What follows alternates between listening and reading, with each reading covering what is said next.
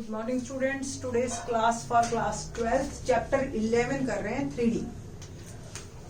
इससे previous lecture में मैंने 3D में जो लाइंस है और लाइंस के डायरेक्शन कोसाइंस और डायरेक्शन रेशोस के बारे में बात की थी। जनरली डायरेक्शन कोसाइंस को हम LMN से डिनोट करते हैं। सपोज कोई दो लाइंस हो तो L1 M1 N1 और L2 M2 N2, इस तरीके से हम इसको लेते हैं। इन दिस लेक्चर मैं बात करूंगी लाइंस की इक्वेशन बनाने की in two forms, vector form as well as cartesian form. Cartesian form देखने की आपको आदत है, 2D में आपने इस तरीके से देखी थी कार्टेशियन फॉर्म। XY में जो इक्वेशन आए वो कार्टेशियन फॉर्म। वेक्टर फॉर्म क्या होती है? जो IJK में हो। वेक्टर आप पढ़ के आए हुए हैं 10th चैप्टर, तो IJK जिसमें X एक्सिस, Y एक्सिस और Z एक्सिस रिस्पेक्टिवली शो होते हैं, वो that is called vector form. तो लाइन इन स्पेस जो टॉपिक है आज हमारा, लाइन इन स्पेस, इसके बारे में मैं नेक्स्ट लेक्चर में भी और ज्यादा इलेबोरेट करूंगी। अभी मैं थोड़ा सा ब्रीफली बताती हूँ। वेक्टर फॉर्म और कार्टेशियन फॉर्म हमारे सिलेबस में दो टाइप से है, यानी कि दो मेथड्स में हम लाइन की इक्वेशन निकाल सकते हैं इन स्पेस। पहला, when a passing point is given and direction cosines. दो चीजें आपको मिलेंगी, डायरेक्शन कोसाइंस और एक पासिंग पॉइंट। सपोज एक लाइन है जो x1 y1 z1 से पास हो रही है और हैविंग डायरेक्शन कोसाइंस LMN, तो वेक्टर फॉर्म जो आएगी वो x minus x1 upon L, y minus y1 upon M और z minus z1 upon N। ये फॉर्म एक्चुअली आती है इन 3D। इसको आप y is equal to mx plus c से कंपेयर मत करना, ये बिल्कुल अलग तरीके से चलती हैं क्योंकि ये इक्वेशन 3D में है, ठीक है ना। अब मैंने प्रीवियस लेक्चर में बताया था कि अगर ये लाइन एक तरफ से एक्सटेंड होती है तो दो वेरिएबल चेंज होते हैं, क्योंकि अगर सपोज आपने ये लाइन है हवा में, ठीक है, तो हवा में जो कोई लाइन है आपकी ये कुछ डायमेंशंस देगी, ये लाइन है आपकी, ठीक है, ये x1 y1 z1 और ये इसके डायरेक्शन कोसाइंस जो है वो x axis y axis z axis से डायरेक्शन बताते हैं इसकी। तो ये इक्वेशन आती है इन कार्टेशियन फॉर्म। वेक्टर फॉर्म में जो हमारी इक्वेशन है, इस पासिंग पॉइंट को हम a से डिनोट करते हैं और डायरेक्शन कोसाइंस को अगर हम b से डिनोट करें तो r is equal to a plus lambda b। आपको ये फॉर्म से ये फॉर्म चेंज करनी आनी चाहिए और इससे ये, बट ये सब मैं आपको इन द नेक्स्ट लेक्चर ज्यादा अच्छे तरह से बताऊंगी। अभी सिर्फ हम इसकी इंट्रोडक्शन दे रहे हैं और इस पे बेस्ड क्वेश्चन करेंगे। Very simpler one. पहला, अगर हमें प्रूव करना हो lines are perpendicular in space, lines are perpendicular in space, तो सिर्फ डायरेक्शन कोसाइन से ही आप इसको प्रूव कर सकते हो। इन वेक्टर हमने बताया था कि कोई दो वेक्टर अगर आपस में परपेंडिकुलर हैं तो देयर डॉट प्रोडक्ट इज 0, है ना। तो यहाँ पे जो डिसाइड करेगा कि किसका डॉट प्रोडक्ट, वो डायरेक्शन कोसाइंस का। सपोज एक लाइन है having direction cosines, first line L1 M1 N1, second line L1 L2 M2 और N2। तो सब ये हमारी लाइन को नाम दे देते हैं हम P1 और ये P2, ठीक है। तो P1 perpendicular on P2 form is L1 L2 plus M1 M2 plus N1 N2। अगर 0 के बराबर आ गया, ठीक है, तो हम ये प्रूव हो जाएगा कि these two lines are perpendicular to each other in space। Second, parallel. Parallel के लिए very simpler one, L1 upon L2, M1 upon M2 और N1 upon N2 same proportion में होने चाहिए बस। अब आपको ये भी क्लियर है बहुत अच्छी तरह से कि ये क्वेश्चन हमने कोलिनियर के लिए, याद है 11.1 एक्सरसाइज का क्वेश्चन नंबर 4, कोलिनियर प्रूव करने के लिए यही एक्चुअली प्रूव किया था कि these two lines are parallel and एक कॉमन पॉइंट है तो दे मस्ट बी कोलिनियर। ठीक है जी, तो ये हमारे दो फार्मूलों पे फर्स्ट 3 क्वेश्चन एक्सरसाइज 12.11.2 के चल रहे हैं। तो let's start questions of exercise 11.2। Lines के बारे में नेक्स्ट लेक्चर में और ज्यादा डिटेल में बताएंगे आपको। तो फर्स्ट क्वेश्चन क्या है, let's see. Show that 3 lines with direction cosines, पहला 12/13 -3/13 -4/13, सेकेंड है 4/13 12/13 और 3/13, and the third one is 3/13 -4/13 and 12/13 are mutually perpendicular. Suppose ये 3 लाइंस हैं, suppose ये L1, L2 और ये L3, तीनों लाइंस को हमें ये प्रूव करना है कि they are perpendicular to each other. तो very simple one, L1 dot L2, ठीक। तो L1 परपेंडिकुलर L2 के लिए मुझे जो प्रूव करना पड़ेगा, ये L1 M1 N1 है for this, in this case L1 L2 formula M1 M2 plus N1 N2 is equal to 0। Put कीजिए values, 12/13 into 4/13 plus -3/13 into 12/13, N1 -4/13 और N2 is 3/13।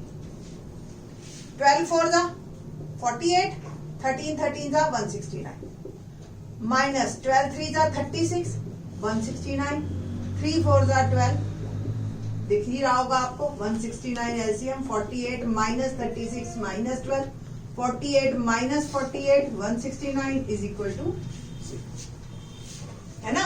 तो it shows L1 perpendicular on L2, क्योंकि ये formula बस आपने याद रखना है। अब डॉट प्रोडक्ट की हम बात नहीं कर रहे, हम डायरेक्ट फॉर्मूले की ही बात कर रहे हैं अब, ठीक है जी। ना द सेकेंड वन L2 और L3,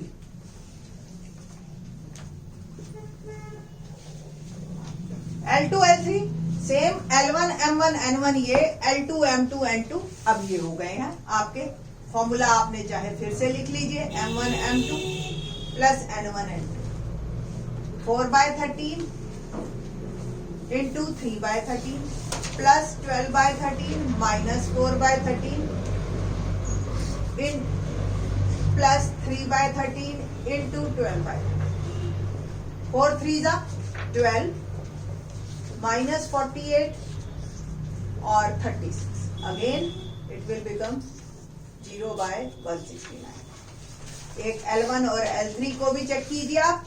अब ये L1 M1 N1 और ये L2 M2 N2, 12/13 into 3/13 plus minus 3/13 into minus 4/13 plus minus 4/13 into 12/13, 12 3 जा 36 प्लस 12/169 माइनस 48/, तो 0/169।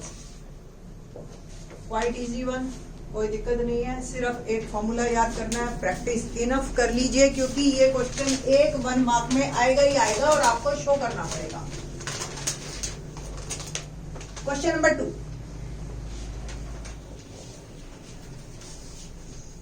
show that the line through the points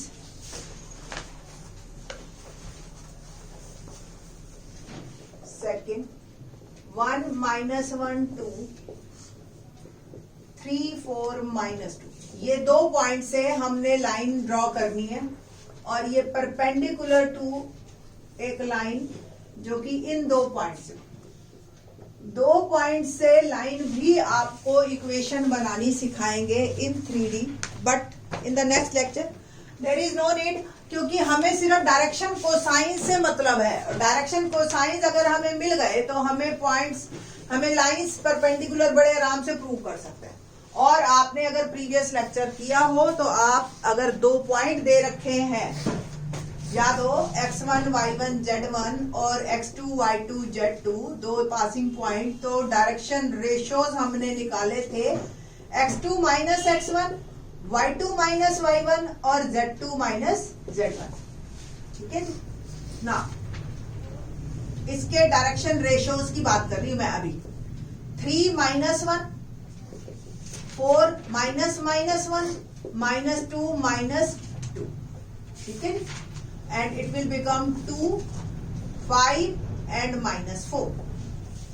similarly इसके भी डायरेक्शन को साइंस निकाल लीजिए, तो 3 माइनस 0, 5 माइनस 3 एंड 6 माइनस 2। और क्या आ गए इसके 3, 2 एंड 4। ठीक है जी, ये हमारे आ गए हैं डायरेक्शन रेशियोज। और डायरेक्शन रेशियोज से कोसाइन आप बड़े आराम से, याद हो आपको बना दिया था हमने कि इसके मैग्नीट्यूड से डिवाइड कर सकते हैं हम, 2 स्क्वायर, 5 स्क्वायर, -4 स्क्वायर, है ना। बट अल्टीमेटली हमने जाना कहाँ है, इस फार्मूले में।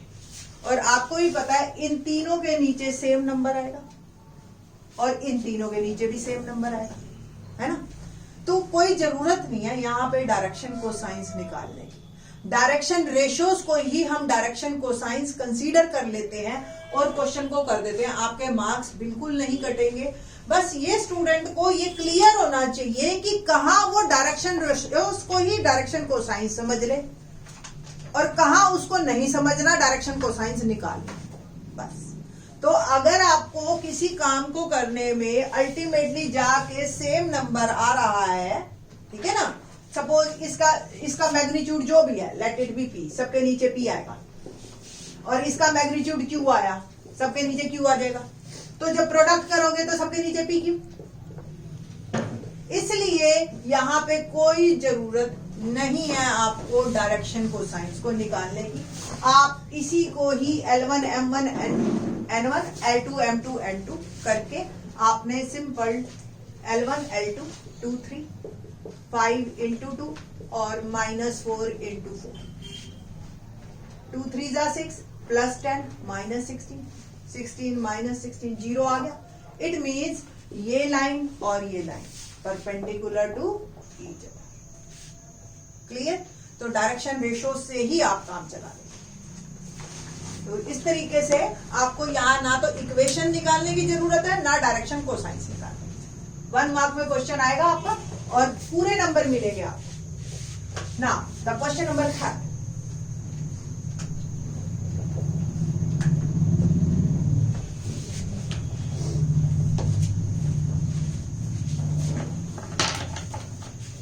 show that line through the point 4 7 8 2 3 4 is parallel to the line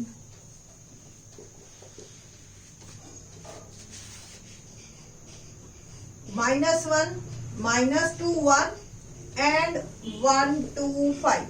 ये है आपका बिल्कुल उसी तरह से। सपोज ये एक लाइन है L1, ये एक लाइन है L2। तो direction ratios of first line that is L1, 2 -4, 3 -7, 4 -8 and क्या आ गई है -2 -4 -4।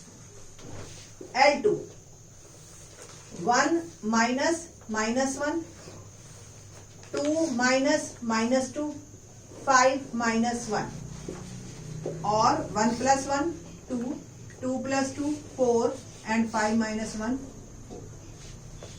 ठीक है जी। और आप देख रहे हो यहाँ पे L1 by L2, M1 by M2, N1 by N2, सबको डिवाइड करो -1 के बराबर आ रहा है ना।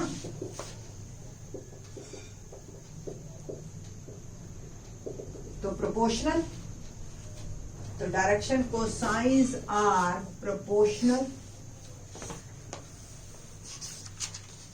सो L1 parallel to L2। तो फर्स्ट ऑफ ऑल कोई भी दो लाइंस आपको दे रखी हो, उनके पासिंग पॉइंट दे रखे हो, या उनके डायरेक्शन कोसाइंस दे रखे हो, या लाइन की इक्वेशन दे रखी हो, तीनों कुछ भी आपको दे रखा है, you are ready to prove कि ये जो है आपकी कैसे इसको प्रूव करना है कि परपेंडिकुलर है या पैरेलल है लाइंस। लाइंस की इक्वेशन के बारे में इन द नेक्स्ट लेक्चर बात करते हैं।